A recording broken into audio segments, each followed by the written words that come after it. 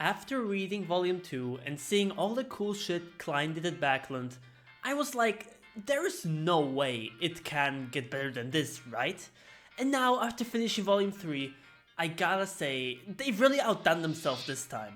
One complaint I did have with Volume 2 is how many random side quests and commissions Klein was doing as the Sherlock persona, but in this volume, Klein adopts the German Sparrow persona, and the action and main character energy Klein was exuding just multiplied by 100.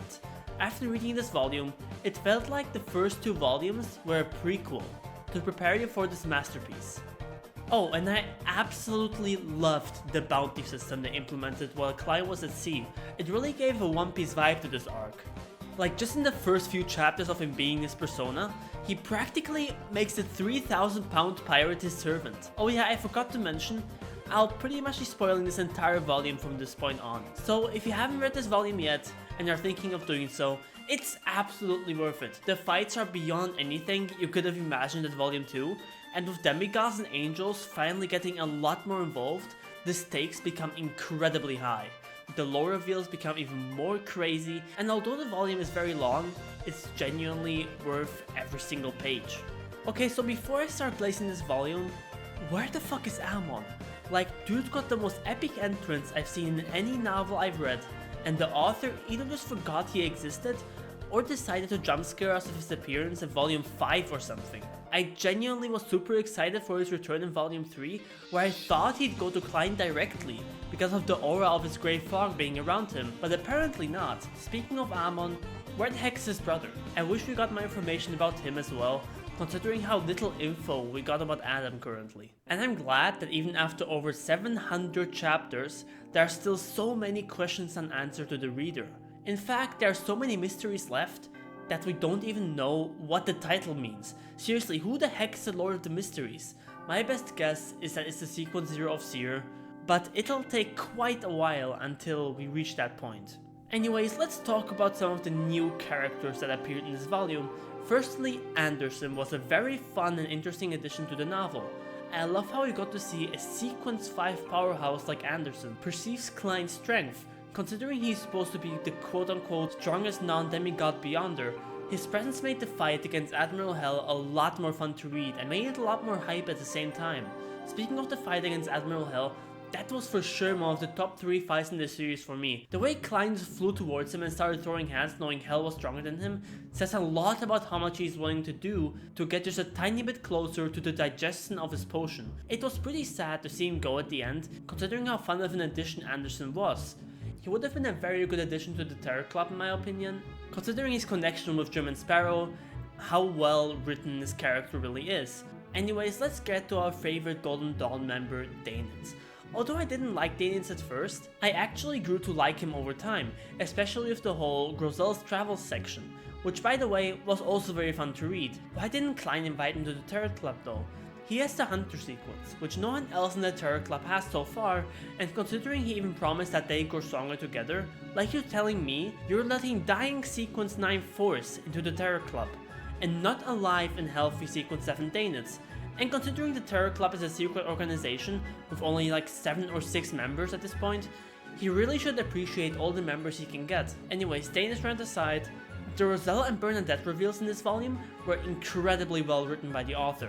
I find it pretty weird how none of the Terror Club members have found any diary pages for months, considering they were straight up spoon feeding Klein like 10 pages every Terror meeting in the early chapters. But the pages that we did get opened up a lot of questions about Roselle's death, which I'm really excited to know the details to.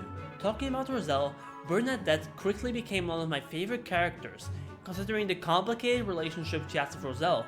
Considering what Zaratul said, I expected her to be an angel or something that was going to be introduced in like book 5, but I think being the leader of a secret organization and being a demigod is equally as cool. I'm super curious about the role Bernadette's going to play in the future of the novel, and like any other cool characters I come across in the novel, I hope she's gonna join the Terror Club at some point. I could see it happening once the rest of the Terror Club members become demigod powerhouses, which we aren't that far off of. Catala is a very welcome addition to the Terror Club in my opinion, since she has plenty of connection to pirates in the sea. She isn't as fleshed out as some of the other characters of the Terror Club. like Alger or Emlyn. So I hope there will be more content from her POVs. I really like the section where the fool hit her with the ravings of the true creator though. I'm pretty much at the start of volume 4 right now, and the believers of Cavatul might as well believe dude is dead, considering how he hasn't made any revelations for the past few months, and considering how active he was at his return. Anyways, let's talk about the best fight in the series, the fight against the Rose School of Thought.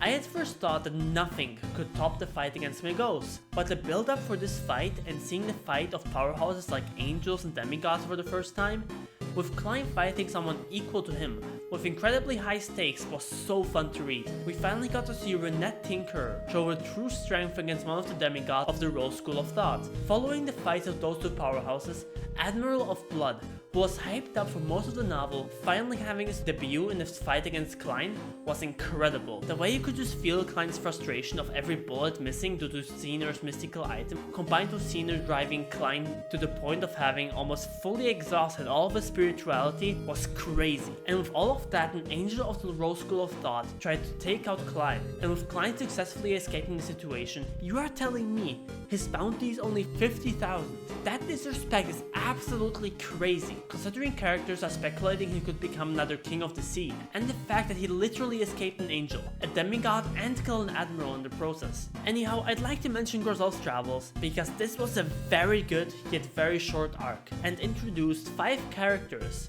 and was able to capture their personalities and origins so well.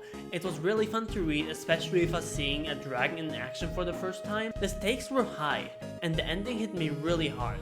The way the hope of the elf and Mobet traveling together has been taken away from them just like that, even though they fought for more than 100 years against this frost dragon. It's a very powerful scene for me, especially since I imagine Klein going on adventures with Grell on sea together, or him inviting one of them to the Terror Club as they defeated the frost dragon. The fact that there was so much potential for developing these amazing characters, and the author abandoned it just like that to kill them off, says a lot about how incredible the author's writing can be. Anyways, Grell's travels and volume 3 of Lord of the Mysteries ended with Klein taking Thrunesiar Edward, the Loen soldier's ashes, to a cemetery at the Church of Storms. It ends by him writing, "Every journey has its destination on the partition door." It really solidifies why this volume is called Traveler. I thought about it for a while, why this volume, unlike the other 2 volumes which are titled the respective sequences Klein has reached, is called Traveler. But it makes sense if you think about it. Unlike the previous 2 volumes where Klein constantly stays in one place, in this volume he travels across the sea. In Grell's travels he discovers different races. At sea he discovers a variety of powerhouses and the terror of the always changing sea.